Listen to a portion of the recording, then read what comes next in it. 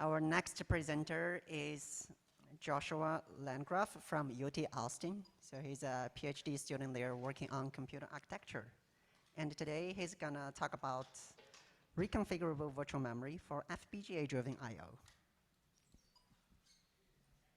Thank you very much for the introduction.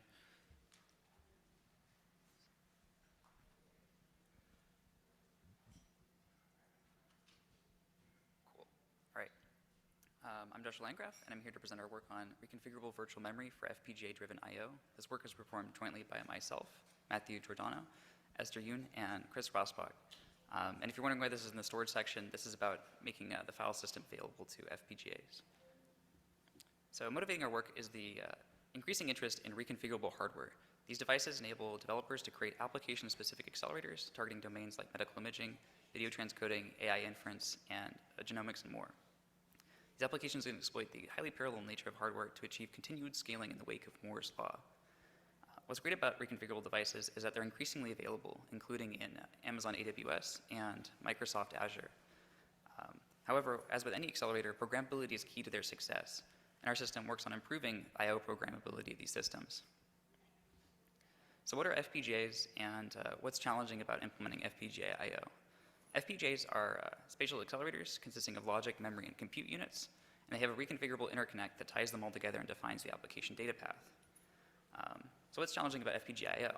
Well, consider an instance where you've got a host CPU, you've got an FPGA attached to it, and an application wants to work on some data. Well, the application has to coordinate a transfer over the PCI bus to pull data from the host into the local memory. And then it can compute on that memory with exclusive access until that data is needed on the host again, at which point the application has to send the updated data back to the host application. And maybe this doesn't sound too particularly complicated for the developer to implement, but maybe we want to communicate with more than just the host. There's network devices or other FPGAs. And they have interfaces that can differ significantly from each other on the FPGA fabrics that pose challenges for porting for application developers. Furthermore, these devices might have multiple memory modules in them, and these memory modules might not even be homogeneous in architecture, making further challenges for data placement and routing. And then as cloud FPGAs evolve, we might even have multiple FPGAs sharing these devices, which further contend for I/O and complicate the whole process. At the end of the day, if you're a developer wanting to write compute accelerators on FPGAs, FPGA I/O is simply too complicated right now. Developers want to focus on what data they're requesting, not how to get it. And so we want a simple and portable abstraction to make this easier on their behalf. One key qualifier we want to add here is that we want to do this without sacrificing performance. As these are accelerators, performance is super important. We want to preserve those speedups. So our solution to this problem is FSRF, or File System for Reconfigurable Fabrics. And what that does is it has the OS manage I/O and memory like in the CPU on behalf of FPGA applications, though. How this works is you have a host driver for the application running on the CPU, and this uses a library interface to submit commands to the software implementation of FSRF in the host.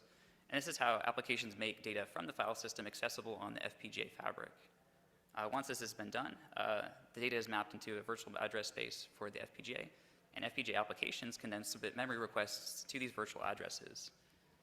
These requests then go to an MMU in the FPGA, which, if it can't translate these virtual addresses, generates a page fault. This page fault is forwarded to the software side of the system, which handles making the appropriate data accessible on the FPGA fabric and also updating the memory mappings on the MMU so that the applications can then go and access that data locally on the FPGA without host intervention for maximum performance. So FSRF is designed for performance in a number of different ways. One of our key contributions is having TLBS that are specialized to the needs of FPGA accelerators. FSRF also includes tunable policies, such as being able to adapt the PCIe DMA sizes based on memory pressure and application access patterns at runtime. Finally, it's also able to include context-aware DRAM striping. So when you've got applications and you've got a lot of memory instances, FSRF can stripe the application data across multiple memory modules to exploit the parallelism of them. However, it avoids placing data from multiple applications in the same memory modules if possible to prevent memory contention where they might otherwise try to access it at the same time and reduce overall system performance. TLBs are one of the biggest contributions of our system, and so we wanted to cover how FPGA architecture affects their design. To get to that, though, we want to start with a discussion of other architectures of TLBs. In this case, we have a very oversimplified diagram of how CPU memory works. But the idea is in a CPU, a program wants to get some virtual access to data.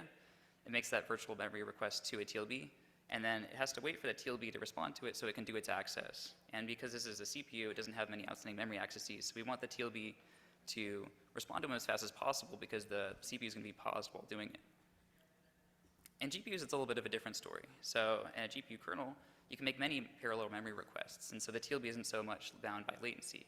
However, in GPUs, you have tons of accesses going out to memory, and you don't want to bottleneck the throughput of these systems, so the TLB has to be able to respond to high bandwidth requests.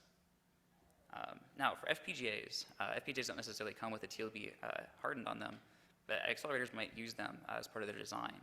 And the way FPGAs access memory is very different from these other systems. They can make multiple outstanding memory requests from a single instance to hide memory latency by pipelining their requests. So they're not particularly latency bound. What's also cool in FPGAs is that a single request can actually encode an entire request for a huge sequence of data. So it doesn't take many requests to request large amounts of data from memory, and that makes these requests very efficient. And it also means the TLB doesn't have to necessarily respond to many of them in parallel like GPUs do.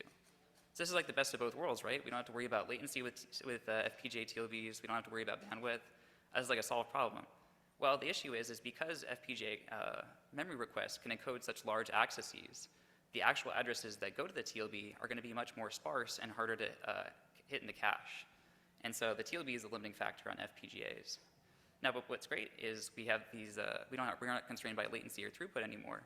So in order to address this, we can have the TLB cache extend out to DRAM to be able to address a larger amount of memory and solve the issue with the caching problem.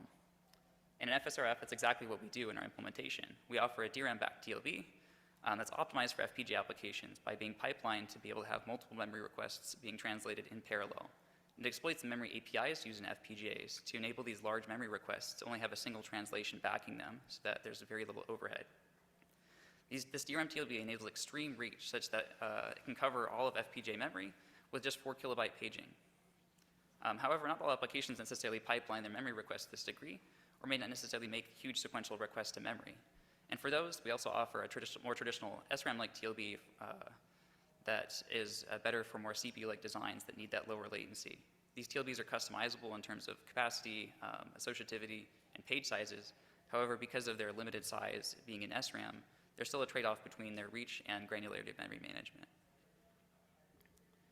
We implement FSRF on AWS F1 Cloud FPGAs, building on top of the AmorphOS FPGA operating system. And we implement and integrate 12 different workloads that exhibit a variety of different access patterns, ranging from pure streaming to random access and quite a few in between. We evaluate it against 3 different baselines. We have a baseline based on the Coyote system, which is the virtual memory with base pages and huge pages, AmorphOS, which uses segmented protection of memory, and a physical addressing baseline that lacks the functionality of the previous ones, but acts as a upper bound on performance for these kinds of systems. For our evaluation, we evaluate the systems on 4 concurrent workloads, accessing a range of dataset sizes, including datasets that significantly oversubscribe FPGA memory. And we address the whole memory hierarchy by testing data starting in FPGA memory, the host page cache, and on an NVMe SSD on the instance. So let's look at some results. Here we have some numbers for the total system throughput of these systems. We group workloads by streaming ones that just access data sequentially versus non-streaming ones that have random access patterns or other ones that stress the TLB in different ways. We show data for all the systems here, except Coyote with base pages, as the huge page variant is generally the more performant of the two. And we look at 2 particular cases from the paper. Oversubscribed datasets with data starting in the host page cache, and large datasets that starts in FPGA memory. For the oversubscription datasets, what we find is that, well, a lot of these systems don't actually support oversubscription. And in Coyote's case, we add support for it to evaluate the performance of a virtual memory system. In that case, for streaming workloads, we find that it performs decently, but FSRF is able to improve upon it by reducing memory contention due to its striping policy. Globally striping all data from all applications across all memory DIMMs means that applications will contend for the same DIMM at certain times, and that reduces your overall throughput under this contention. Likewise, for non-streaming workloads, we see that having a fixed page size limits the ability to manage memory in oversubscription.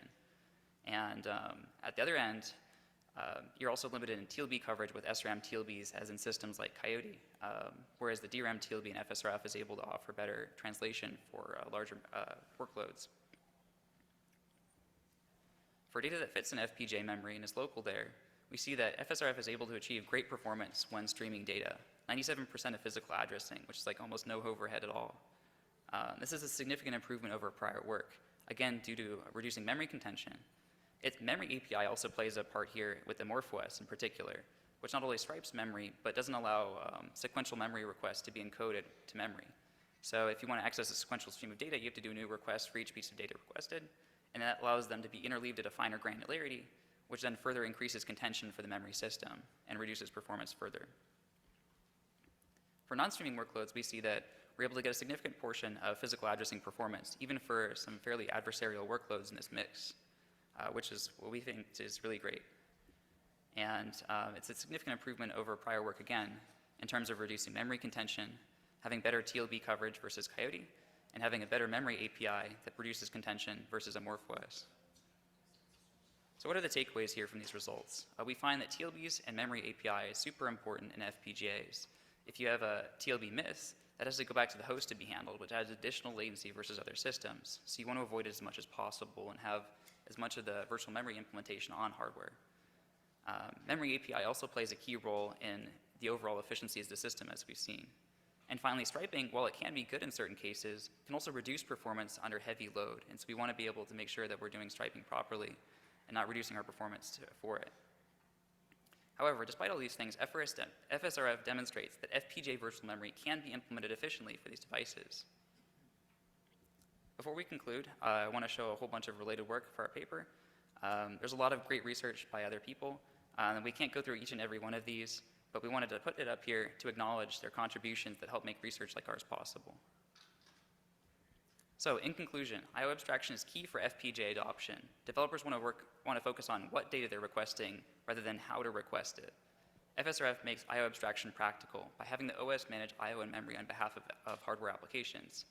And it does it performantly by leveraging reconfigurable hardware and software policies to do so.